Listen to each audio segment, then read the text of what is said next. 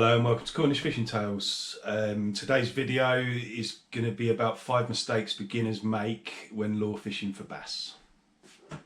So, lure fishing for bass. I guess if you're watching this video, you're either a beginner or you've been bass fishing for a while and you're not doing as well as you want to. So you're looking for some advice, trying to figure out what mistakes you're making and how you can catch more bass and fish better, basically.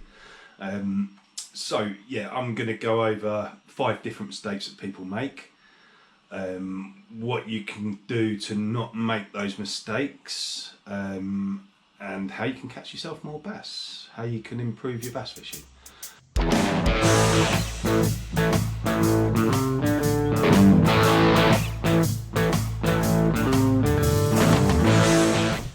Right, so mistake number 1, not using the correct tackle. It is important to use the correct gear, you use the right gear for the job. If you're a tradesman or something, you don't use a hammer in place of a screwdriver. Simple stuff, basically, using the right tool for the job. I've had a few people approach me via the channel and online, ask me to take them out and help them out. Most of the people that weren't catching most of the things they was doing wrong was using the incorrect tackle. For example, someone says, "Oh, I've got a rod and a reel, you can have that and you can go out and use that," and it's not a lure fishing rod or reel or the correct line. I've seen people fishing with 7-foot boat rods, 25-pound mono, and they've come out and they can't cast more than 20 yards. They can't cast more than 20, 30 yards because the tackle they're using is not correct. It's just not suited for the job. You need to use a lure fishing rod. You need a spinning reel. I prefer braid. Other people prefer mono, but I prefer braid. I think there's so many advantages with braid, and the advantages outweigh the disadvantages.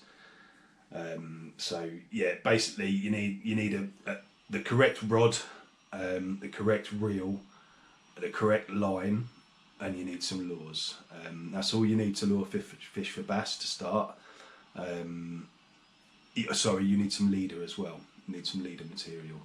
I like fluorocarbon. You can use mono. Duncan uses mono. Duncan uses 40-pound yellow mono for his leader, and he caught more fish than me on it last year. So yeah, I don't think it really matters, to be honest.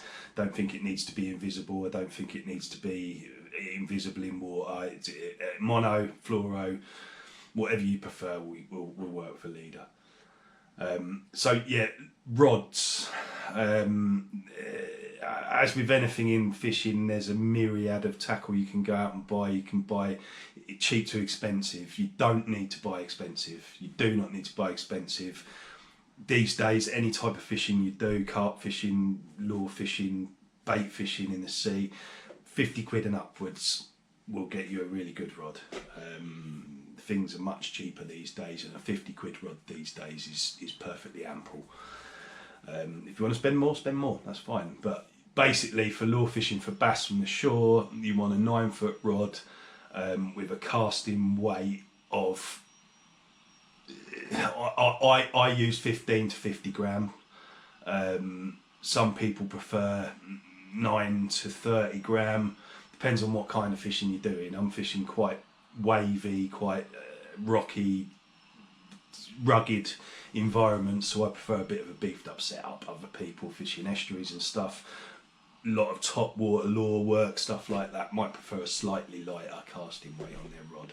But around about 9 foot and around about 9 to 50 grams, down to 25-30 grams if you're using that lighter tackle. Reel wise, I use Penfin Spinfisher or a Shimano Vanford.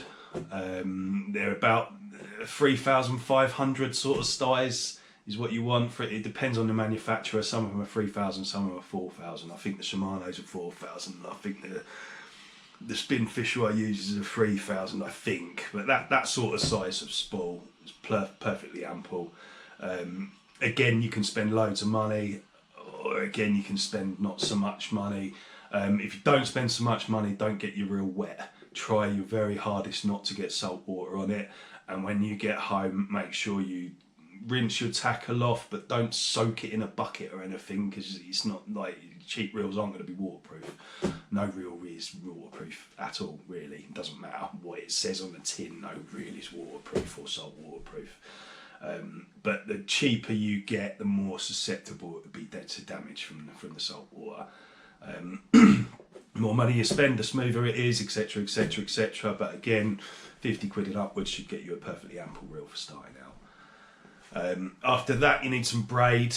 I personally use AliExpress braid. I buy it in bulk spools of 500 metres. They cost a tenner, and I use an £18 breaking strain. Leader, like I said, I use fluorocarbon. I use a breaking strain of about £20. The reason I like to use fluorocarbon is because it's supple. I'm not really, it's invisible in water. Well, it's not invisible, its refractive index is the same as water, so technically you shouldn't be able to see it, but there'll always be some kind of reflection from a change of medium. So however close it is to the refractive index of water, it's not going to be exactly the same, and there's always going to be some. So yeah, I don't even think that's so important, to be honest. The leader really is there as a rubbing leader. I use a leader about that long. I don't go into the eyes of my rod. It's not a shock leader. It's not for casting the bait or the lure further. The reason I use a leader is because braid under tension, if you rub it on a rock under tension, it will part straight away. If you have fluorocarbon and you rub it on a rock under tension, the fish is trying to get into a rock or something like that, or it's going round the rock and your line's rubbing on it, the fluorocarbon has a bit of abrasion resistance and it won't part straight away. So that's the reason you use a leader. And then lures, we'll kind of go over that in another section of the video. But my advice on lures is use a lure that you are confident in, and do not get caught up in the race, what I call the race for fashionable lures. This lure is the best lure, that lure is the best lure. Any lure that you are confident in will catch the bass when they are there and feeding. Whatever lure you use, make sure you are confident in it, and it's a proven fish catcher. Other than that, don't worry about lures too much. Like I say, we'll go over that in another section of the video.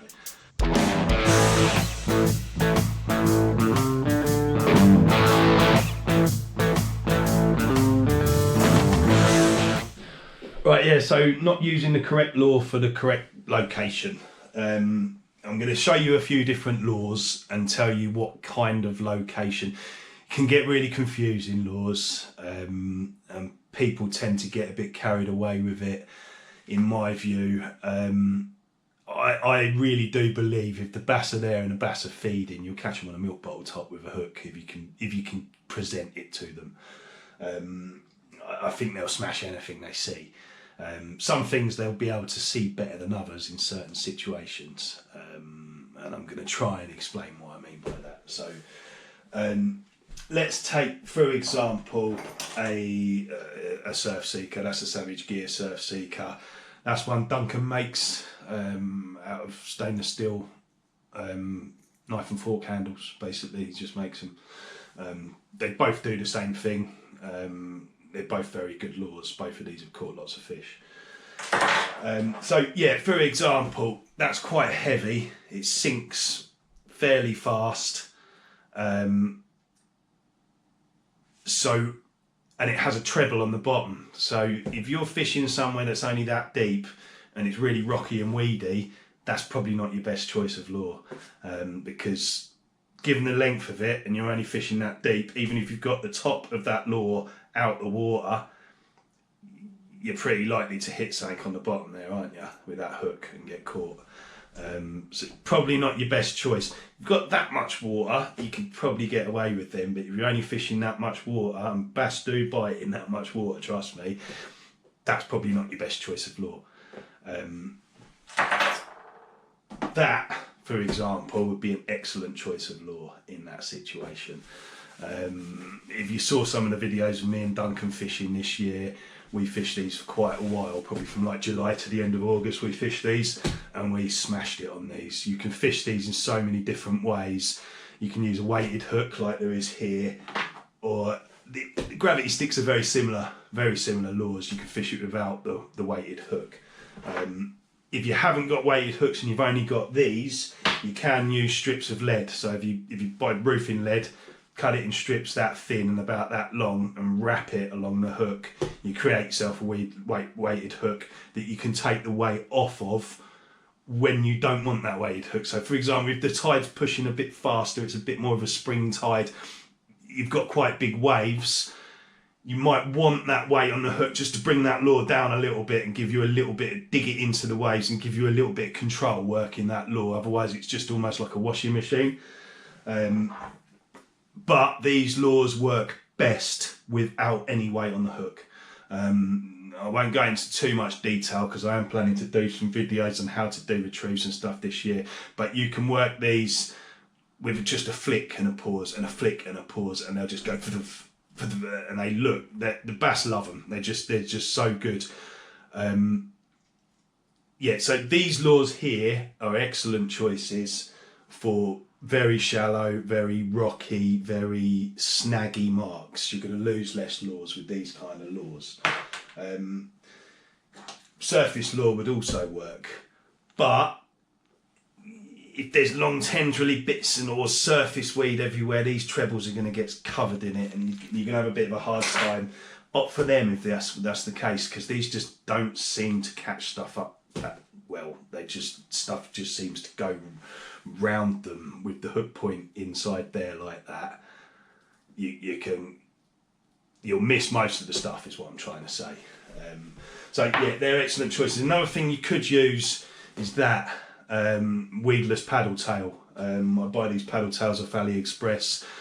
That is not suitable for shallow ground. It will get you caught up all the time and you'll lose loads of lures. That is way more suited to shallow ground, but it does depend on how rocky and what kind of shallow ground it is. Very rocky, very jutty areas, that can still get caught under a ledge, or so. If you can get away with that, that's an excellent choice for shallow water. If you can't get away with that, then use one of them. This would also work, a shallow diver, but you're going to have to be careful about how deep you're letting the lure dive, and also you're going to have to think about these trebles on the bottom.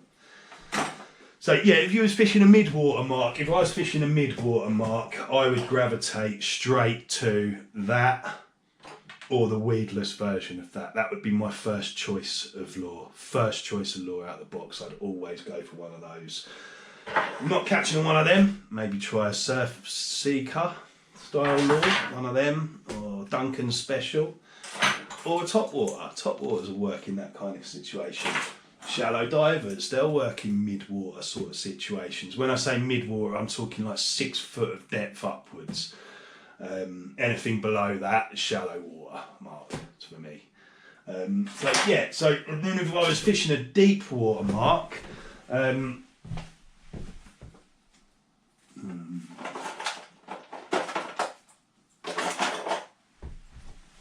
yeah, if I was fishing a deep water mark, my first lure of choice would usually be a slow jig. Slow jig's excellent. A slow jig, you can work the whole water column. As you let that drop, that kind of flutters like a dead-ended fish.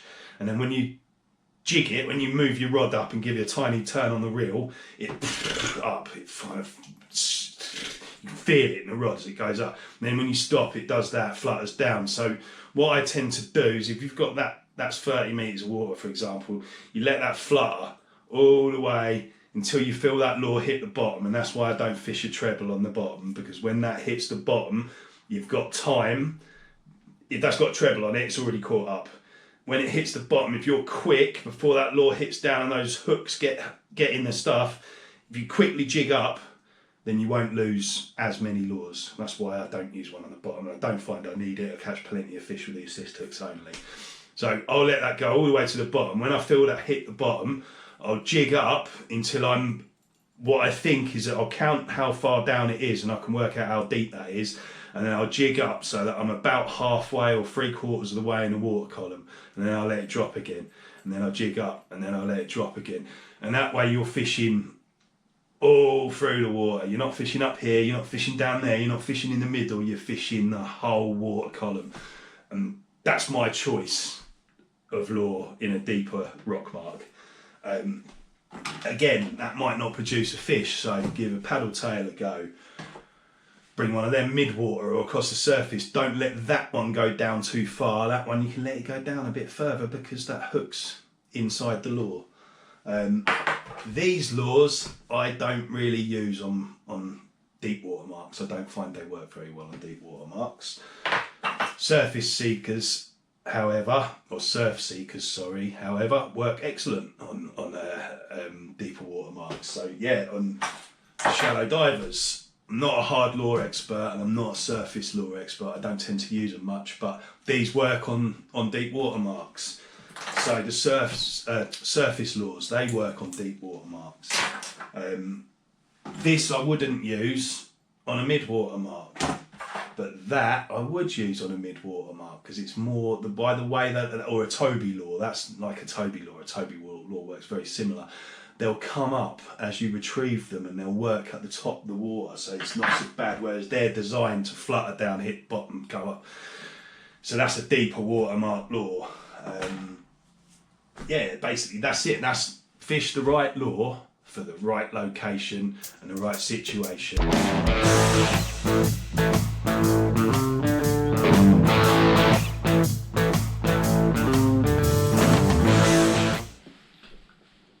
Number 3, location, location, location. So yeah, marks.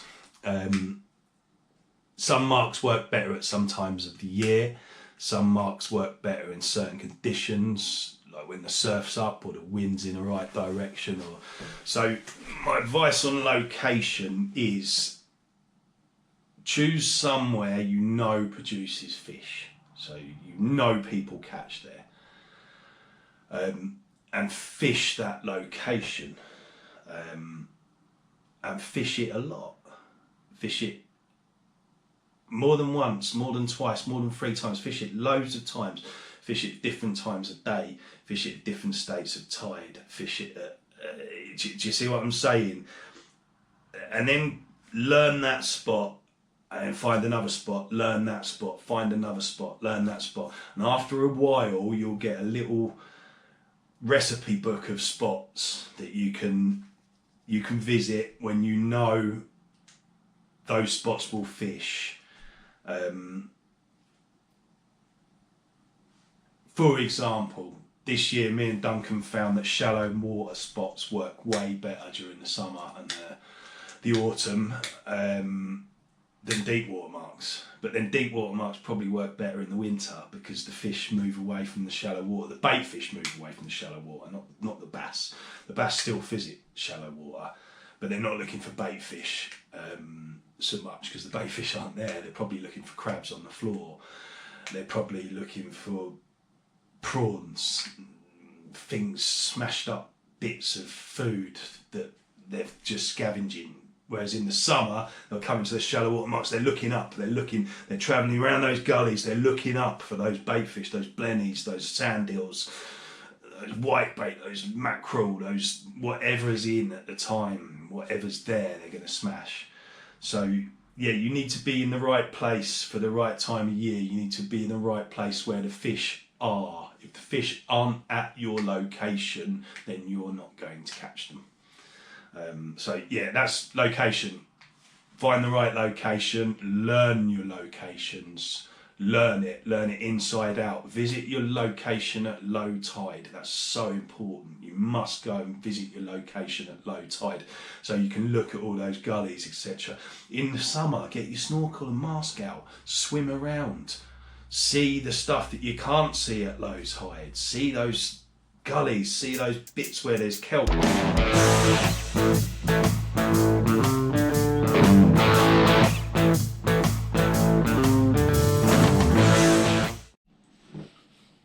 Right, next one, timing. So what do I mean by timing? I mean finding the fish and what time those fish are visiting the mark that you've gone to fish. So this is something that requires a little bit of effort. This is probably one of the biggest mistakes a lot of people make. They don't put in the effort. Effort equals rewards, chaps. There's no way around that. You can't buy it. Don't fall into the trap of looking on YouTube to find where people are fishing and try and go fishing where people are catching fish on YouTube, because they probably caught that fish a month or so ago. Do you know what I mean? It's a silly thing to do. It's a silly thing to do. What do I mean by timing? I mean, go and fish extended sessions. So don't believe the hype on YouTube. You don't go out bass fishing for 20 minutes at a time and catch loads of bass. Just because you watch someone on 20-minute video catch loads of bass, it didn't take them 20 minutes. When I go fishing with Duncan and when I go fishing on my own or with other people, I generally go fishing between 4 and 6 hours. That's my general length of session. If I'm going fishing properly, like if I've got a day to go fishing, I'll spend that whole day fishing. And you need to, this is part of the location thing. You need to spend the time at those spots to work out what time the fish will come in. So when I fish 6 hour sessions, generally, if we catch something, and we don't catch all the time, no one catches all the time. If we catch something, we generally catch in a 40-minute window within those 4 to 6 hours. So that's what you're up against. You've got to work out where to go and what time those fish will be there and what time they will be there feeding. The only way you can really do that is trial and error. So you need to, some marks will fish water going in, some marks fish water going out. So if you're new to a spot, start with high tide, fish the water going out, fish from, I tend to get there maybe a little bit before high tide, fish the water all the way up to low tide. That'll be about 6 hours. If you don't catch anything, try high tide again, maybe one other time. If you still don't catch anything, try low tide in. Might be that mark doesn't fish high tide out, it fishes low tide in. So try low tide in, try that a few times. Keep trying like that, and eventually you'll stumble across the fish. When you stumble across the fish, make a note of, what was it, high tide in, high tide out, whereabouts in that tide state was it, how many hours after high tide, how many hours after low tide, and then start hitting that place at the same times, same states. And I don't mean the same times on the clock, I mean the same tide states. So the same, if you fish low tide out and you caught an hour after low tide, fish low tide out again. Fish that until you consistently know what time in reference to tide, say an hour or 2 hours after low. If you're catching 2 hours after low and you consistently catch 5 times 2 hours after low, you can then start fishing shorter sessions. You can then go and you can say, well, I know 2 hours after low, I'm going to catch at that spot. And then once you build yourself up a little address book of marks and what times those marks are fished for you and with what techniques, you can then begin to say, oh, well, I've got home from work, I've only got 3 hours. What state of tide will it be in those 3 hours? And then you can say, oh, I'm probably best to go to so-and-so spot because that spot produces fish at that time. And today, that time is the time that I'm going to be there. The time of tide is the time on the clock. So say you was fishing at 8 o'clock in the evening, and 8 o'clock in the evening that day was 2 hours after low tide, but you go to that spot that you know produces fish at 2 hours after low tide. So that's what I mean by timing, and this is probably one of the most effort-hungry parts of fishing, is working that out. Once you've worked that out, you can start to go out with a pretty high level of confidence that I'm going out on a 2 hour session and I'm going to catch fish. Until you've got that little idea of, and this changes all through the year just to make it more complicated. Those times aren't the same all through the year, but just work something out and just keep doing it until it fizzles out, and then work something else out, and that's the puzzle. That's the key to the door. That's the part of it that's that, and watercraft are the most important parts of fishing.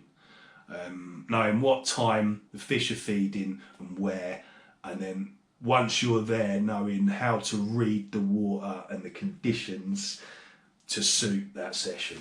They are the most important things in bass fishing. Right.